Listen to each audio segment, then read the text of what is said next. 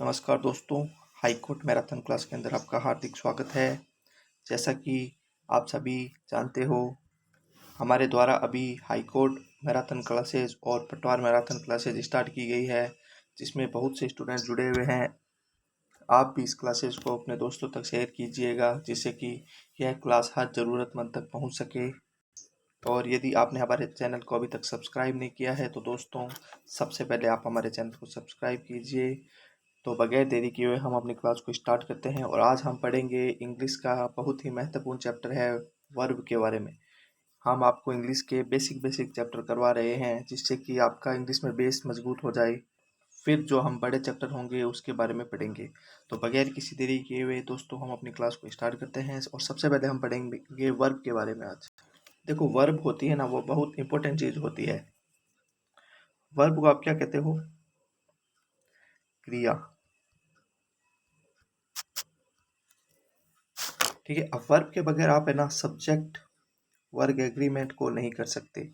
वर्ग के बगैर आप टेंस को नहीं सॉल्व आउट कर सकते। वर्ब के बगैर आप एक्टिव वॉइस और पैसिव वॉइस को नहीं कर सकते। वर्ब के बगैर आप नरेशन मतलब डायरेक्ट इनडायरेक्ट को नहीं कर सकते। ये चैप्टर्स बगैर वर्ब्स के आप कर ही नहीं सकते हो। इसके लिए आपको वर्ब की बहुत ज़्यादा ज़रूरत पड़ेगी। इसी को देखते हुए हमने सबसे पहले आज आपको वर्ब स्टार्ट करवाई है। वर्ब करने के बाद हम कल से सब्जेक्ट वर्ग एग्रीमेंट के बारे में पढ़ेंगे, फिर टेंस, एक्टिव, पैसिव, इस टाइप से सारे चैप्टर क्लियर करेंगे धीरे धीरे। अब जैसे मैं आपसे पूछता हूँ कि वर्ब होती क्या है, तो आप कहोगे कि सर वर्ब होती है क्रिया।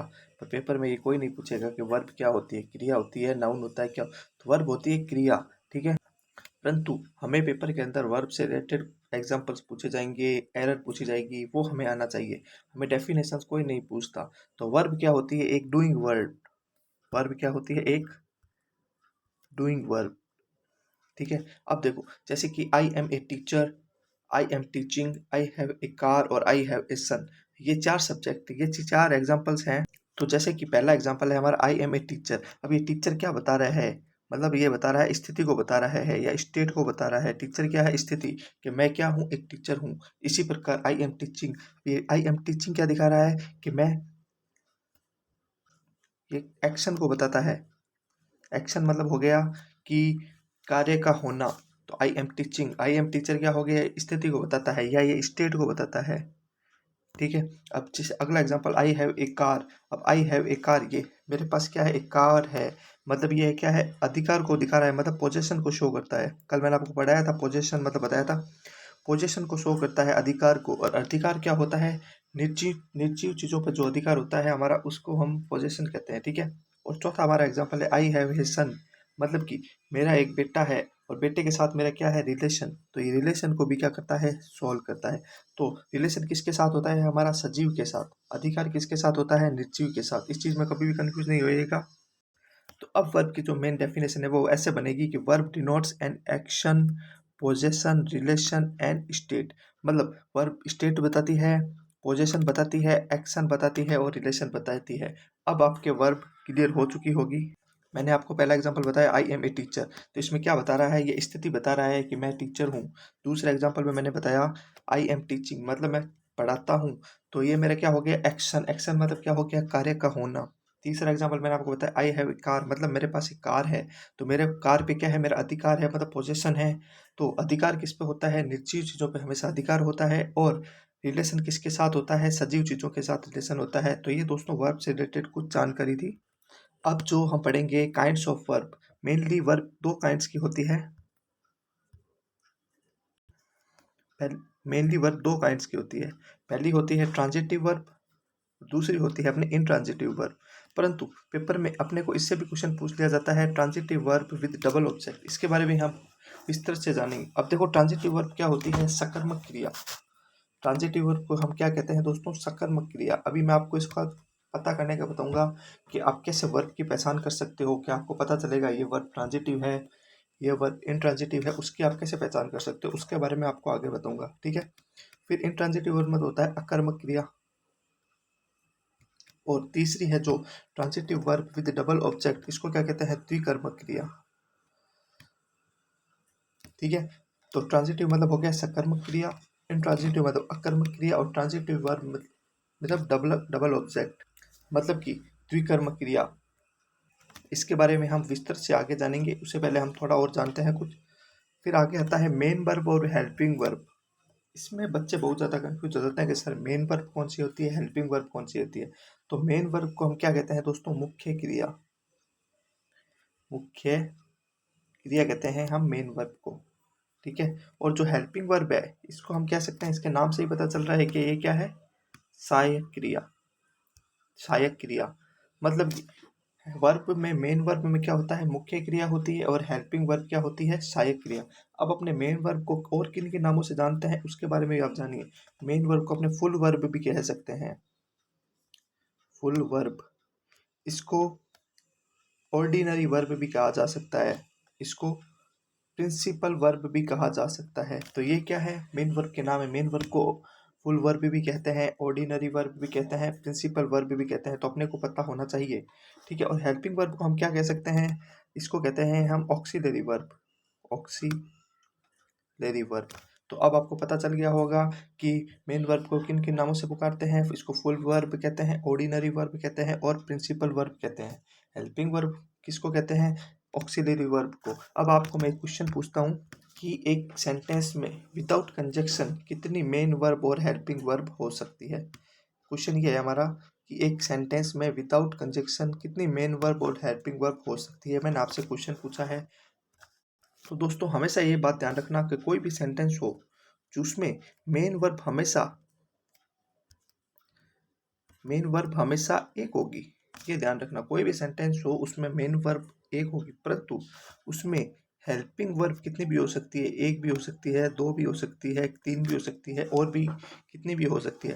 परंतु उसमें ये ध्यान रखना कि मेन वर्ब होती है वो एक ही होगी। स्टूडेंट्स यहाँ गलती करते हैं कि मेन वर्ब को हेल्पिंग वर्ब की जगह रख देते हैं, हेल्पिंग वर्ब को मेन वर्ब की जगह रख देते हैं। हेल्पिंग वर्ब के बिना सेंटेंस को बनाया जा सकता है, लेकिन ये जो मेन वर्ब होती है ना, इसके बगैर सेंटेंस को नहीं बनाया जा सकता। कम से कम ये एक तो होगी ही उसके अंदर, तब ही सेंटेंस को बनाया जा सकेगा। परंतु यदि हेल्पिंग वर्ब नहीं होती है तो इसके बगैर भी सेंटेंस बनाया जा सकता है। अब देखो दोस्तों, जो मेन वर्ब की पोजीशन होती है, इससे अपने ध्यान रखना है, मेन वर्ब की पोजीशन हमेशा हेल्पिंग वर्ब के बाद रहेगी। मतलब कि पहले क्या होगा? पहले आएगी हेल्पिंग वर्ब, उसके बाद में क्या आएगी? Main verb.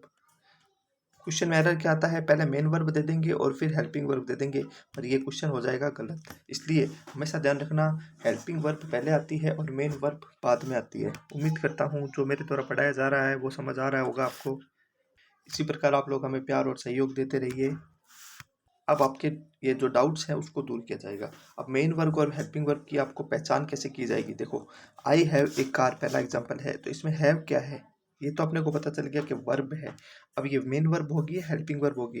आप कहोगे कि सर सेंटेंस में एक होती है, वो क्या होती है? Main verb. तो ये हैव क्या हो गया? Main verb. इसी प्रकार हमारा अगला एग्जाम्पल है आई एम टीचिंग। तो इसमें क्या क्या वर्ब आ रही है? एक तो आई एम आ रहा है और एक क्या आ रहा है? टीचिंग। अब इसमें क्या आ रही है? दो वर्ब आ रही है, और मैंने आपको बताया है कि जो हेल्पिंग वर्ब के बाद में आएगी वो क्या होगी? Main verb. तो इसमें एम क्या हो गया? हेल्पिंग वर्ब, और टीचिंग क्या हो गया? Main verb. समझ आया? क्योंकि हेल्पिंग वर्ब पहले आती है, मेन वर्ब बाद में आती है। अगला example, I have been teaching in JNVU since last year. अब देखो, इसमें कितनी मेन वर्ब और हेल्पिंग वर्ब आ रही है? मैंने आपको बोला मेन वर्ब कम से एक होगी और हेल्पिंग वर्ब कितनी भी हो सकती है। तो इसमें देखो, एक तो हैव, एक आ रहा है बीन, और एक आ रहा है टीचिंग। इसके अलावा कुछ नहीं आ रहा, ठीक है। अब इसमें हैव क्या है? हेल्पिंग वर्ब है, मैंने बताया था आपको हेल्पिंग वर्ब पहले आती है। बीन क्या है? हेल्पिंग वर्ब है। और ये जो टीचिंग है ये क्या है? मेन वर्ब है। तो अब आपको उम्मीद करता हूँ ये डाउट नहीं होगा कि हेल्पिंग वर्ब कौन सी होती है, मेन वर्ब कौन सी होती है। हेल्पिंग वर्ब पहले आती है, मेन वर्ब पहले आती है। अब जो हमारा अगला एग्जाम्पल है, इसमें हम पता करेंगे I shall have been teaching in JNVU till 2025। अब इसमें आप देखो, इसमें वर्ब कौन कौन से हैं? शैल है, हैव है, बीन है, टीचिंग है, मतलब कि चार इसमें वर्ब आ रही है, ठीक है। हेल्पिंग वर्ब कौन सी होगी? मैंने आपको बोला है कि जो मेन वर्ब्स के पहले वाली होती है वो हेल्पिंग वर्ब होती है। तो इसमें हेल्पिंग वर्ब शैल हो गई, एक हैव हो गई, और एक हो गई बीन। मतलब एक, दो, तीन, तीन तो इसमें हेल्पिंग वर्ब हो गई, और टीचिंग क्या होगी? Main verb. तो टोटल इसमें वर्ब कितनी हो जाएगी? चार। तीन हेल्पिंग वर्ब हो जाएगी और एक मेन वर्ब हो जाएगी। अब मैं आपसे एक क्वेश्चन पूछता हूँ, क्या मुझे बताइए कि हेल्पिंग वर्ब टोटल कितनी होती है? आप इसका आंसर मुझे कमेंट बॉक्स में दिएगा कि हेल्पिंग वर्ब कितनी होती है।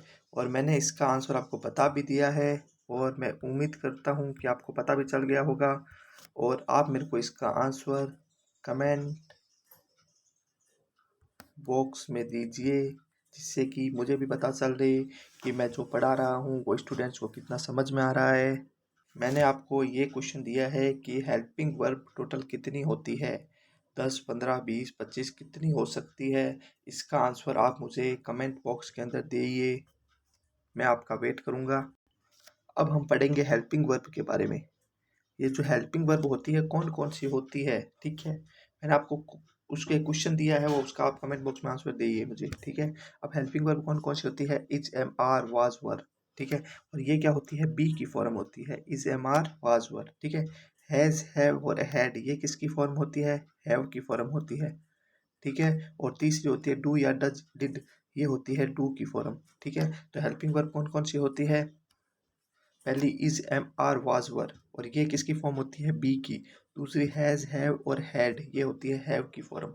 तीसरी होती है डू, डज और डिड, ये किसकी फॉर्म होती है, डू की। मतलब कि ये टोटल कितने हो गए।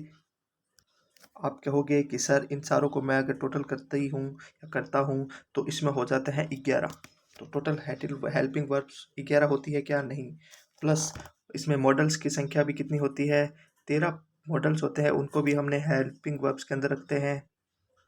13 मॉडल्स को भी हेल्पिंग वर्ब के अंदर रखते हैं। जैसे कि एक एग्जांपल, अब देखो पहला एग्जांपल है हमारा, he did it, he did it. अब मैंने आपको क्या बोला, वर्ब में कम से कम एक मेन वर्ब होनी चाहिए, हेल्पिंग वर्ब कितनी भी हो सकती है। अब देखो ही डिड इट में क्या हो रही है, एक ही मेन वर्ब आ रही है और वो क्या हो जाएगी, मेन वर्ब। अगला example, I did eat food.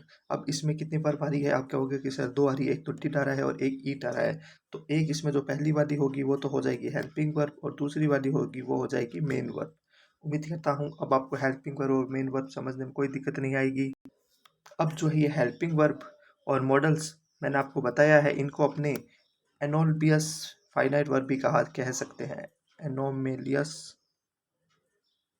Finite verb, इनको इस नाम से भी पुकारा जाता है। अब देखो अगली हमारी जो वर्ब्स है वो है ट्रांजिटिव वर्ब, इंट्रांजिटिव वर्ब और transitive verb with double objects, जिसके बारे में मैंने आपको पहले बताया था। अब उसको हम विस्तार से पढ़ेंगे। अब देखो ट्रांजिटिव वर्ब को हम क्या कह सकते हैं, मैंने आपको बता दिया, उसको कहते हैं सकर्मक क्रिया। इंट्रांजिटिव वर्ब को मैंने बता दिया अकर्मक क्रिया कहते हैं। और ट्रांजिटिव वर्ब मतलब डबल ऑब्जेक्ट्स, ठीक है। अब ट्रांजिटिव वर्ब में क्या होता है, यह क्या होती है, ये कर्म की प्रधानता होती है ट्रांजिटिव वर्ब के अंदर। इसमें क्या होती है, कर्म की, मतलब कोई भी ऑब्जेक्ट होता है इसके अंदर, ट्रांजिटिव वर्ब में ऑब्जेक्ट होता है, ठीक है।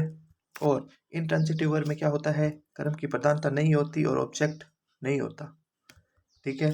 और transitive verb with double object, इसमें क्या होते हैं, डबल ऑब्जेक्ट्स होते हैं, ठीक है। अब हम सबसे पहले पढ़ेंगे ट्रांजिटिव वर्ब के बारे में। ट्रांजिटिव वर्ब, इसकी पहचान ये होती है कि जब भी आपको ट्रांजिटिव और इंट्रांजिटिव में पूछा जाए तो आपको कुछ नहीं करना, आपको पकड़ ऐसे करनी है कि उन दोनों के अंदर वाट या हुम लगा के देखो, वाट या हुम।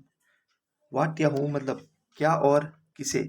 ये वाट या हुम आप जब लगा के देखोगे तब आपको पता चलेगा कि ये वर्ब ट्रांजिटिव है या इंट्रांजिटिव। मतलब कि वाट या वूम का, वाट या होम का आंसर आना चाहिए। वाट मतलब क्या और होम मतलब किसको, ठीक है। अब देखो सबसे पहले ट्रांजिटिव वर्ब है। ट्रांजिटिव वर्ब में क्या होता है, Rajesh is singing a song. अब इसमें आप बता सकते हो मुझे वाट या होम में से किसका आंसर आ रहा है। तो आप कहोगे कि सर राजेश है वो सॉन्ग सुन रहा है, क्या सुन रहा है, सॉन्ग सुन रहा है। तो ये जो ए सॉन्ग है ये क्या हो गया, वाट या होम का आंसर आ रहा है, तो ये क्या हो गया, ट्रांजिटिव वर्ब। इसी प्रकार इंट्रांजिटिव वर्ब है, जैसे कि राजेश इज सिंगिंग। अब राजेश सिंह सिंगिंग, वाट या होम का आंसर नहीं आ रहा है, तो आप बता नहीं सकते कि राजेश क्या सिंगिंग क्या कर रहा है, किसको कर रहा है सिंग, तो कुछ नहीं बता सकते, मतलब इसमें ऑब्जेक्ट नहीं है। तो यह क्या हो जाएगी, इंट्रांजिटिव वर्ब। उम्मीद करता हूँ ट्रांजिटिव इंट्रांजिटिव आपको समझ आ गया होगा। ये मैं आपको पूरी क्लास का जूस निकाल के देता हूँ। जो 3 घंटे की क्लास होती है मैं उसको मात्र 20 से 25 मिनट में पूरी सॉल्व आउट करवा देता हूँ, यही मेरी विशेषता है। अब जो हमारा तीसरा टाइप है वो क्या है, transitive verb with double object. इसमें क्या होता है कि व्हाट और whom दोनों का आंसर आता है, what या whom दोनों का आंसर आता है। जैसे कि she gave us food, अब इसमें she gave us food मतलब क्या हो रहा है, इसमें व्हाट और हुम दोनों का आंसर हो रहा है, क्योंकि सी गेव अस फूड, वह हमें फूड देता है। क्या देता है? फूड। किसको देता है? हमें देता है। मतलब क्या हो रहा है, इसमें दोनों आ रहे हैं, परंतु हमें इसमें यह ध्यान रखना है कि डायरेक्ट ऑब्जेक्ट कौन सा है, इनडायरेक्ट ऑब्जेक्ट कौन सा है। इसमें फूड क्या है, यह है डायरेक्ट ऑब्जेक्ट, और अस हम क्या है, इनडायरेक्ट ऑब्जेक्ट। तो आप एक बात नोट कर लीजिए, जब भी डायरेक्ट ऑब्जेक्ट, मतलब आपको डायरेक्ट ऑब्जेक्ट पहचान बताता हूँ कि डायरेक्ट ऑब्जेक्ट कौन सा होता है। निर्जीव चीज़ें सारी डायरेक्ट ऑब्जेक्ट के अंदर आती है, ठीक है। फूड क्या है, निर्जीव चीज है, तो ये डायरेक्ट ऑब्जेक्ट की है। और इनडायरेक्ट ऑब्जेक्ट में क्या आती है, सारी सजीव चीजें, मतलब लिविंग बीइंग। तो सजीव चीजें, अस मतलब कौन, हम, और हम क्या है, सजीव हैं। तो ये क्या आ जाएगा, इनडायरेक्ट ऑब्जेक्ट में। तो ये डायरेक्ट और इनडायरेक्ट ऑब्जेक्ट आप नोट कर लीजिए इसको, बहुत इंपॉर्टेंट चीज है ये। अब जो हम एग्जाम्पल कर रहे थे, इसमें हमने क्या किया था, शी गेव अस फूड, हमने ये एग्जांपल किया था शी गेव अस फूड। इसमें क्या हो रहा है, डायरेक्ट ऑब्जेक्ट भी है और इनडायरेक्ट ऑब्जेक्ट भी है। मैंने आपको बोला है व्हाट और होम का आंसर आ जाएगा, तो वो क्या हो जाएगी, transitive verb with double object. इसको आप द्विकर्मक क्रिया भी कह सकते हो, द्विकर्मक क्रिया भी इसको आप कह सकते हो, ठीक है। उम्मीद करता हूँ अब आपको ये वर्ब में कोई प्रकार की दिक्कत नहीं आई होगी। अब एक क्वेश्चन आपको पूछता हूँ मैं, कि आपने कई बार सुना होगा कि लिंकिंग वर्ब क्या होती है। लिंकिंग वर्ब, ये कौन सी बीमारी होती है, लिंकिंग वर्ब, ठीक है। लिंकिंग वर्ब क्या होती है, जो सब्जेक्ट या ऑब्जेक्ट प्लस कॉम्प्लीमेंट को जो जोड़ती है ना। अब आप कहोगे कि सर ये कॉम्प्लीमेंट क्या चीज़ है, बताऊंगा।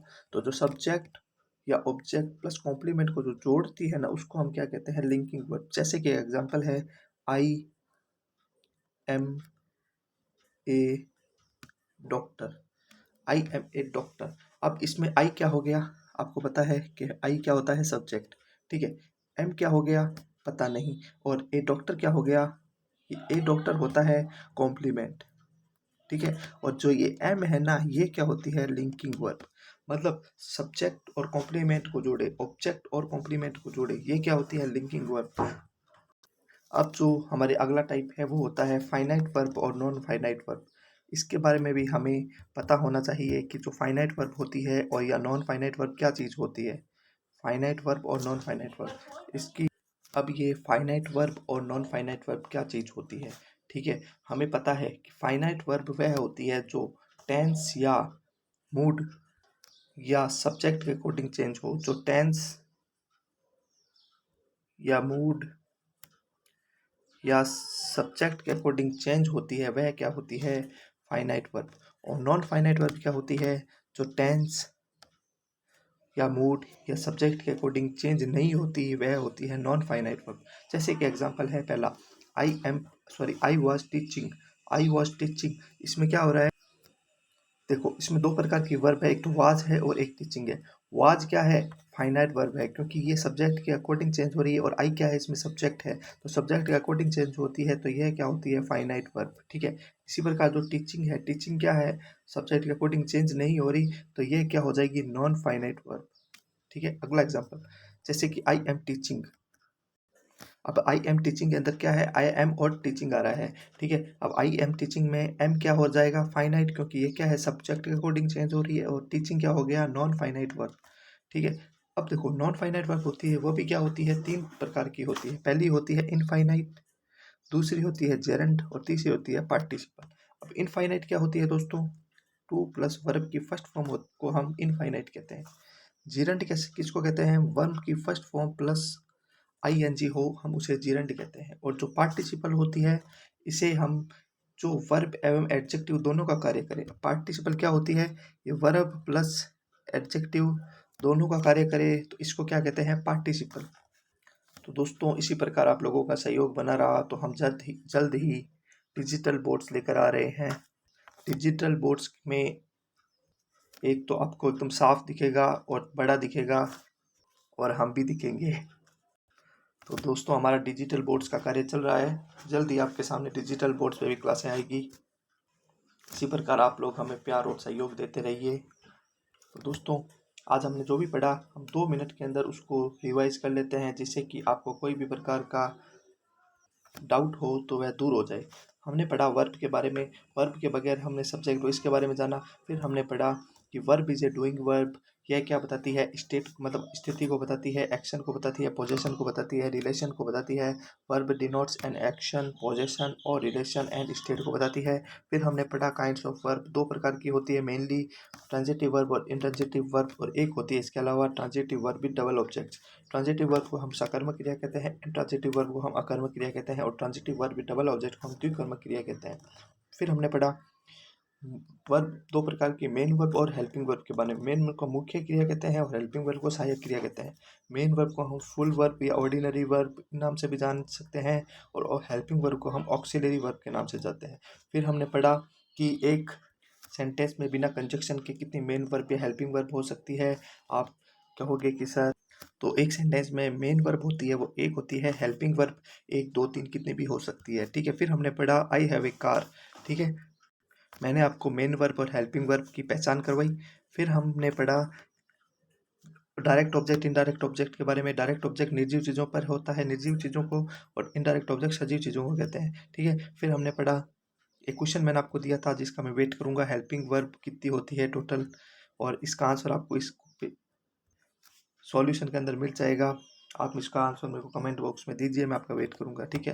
अब हेल्पिंग वर्ब के बारे में हम पढ़ा कौन कौन सी होती है। इज, एम, आर, वाज, वर, ये बी की फॉर्म होती है। हैज, हैव, हैड होती है, हैव की फॉर्म होती है। डू, डज, डिड होती है, डू की फॉर्म होती है। टोटल 11 प्रकार की हेल्पिंग वर्ब होती है, प्लस 13 क्या होते हैं, मॉडल्स। और टोटल इनको मिला करके हम कह सकते हैं कि इनको एनोनिमस फाइनाइट वर्ब भी कहते हैं।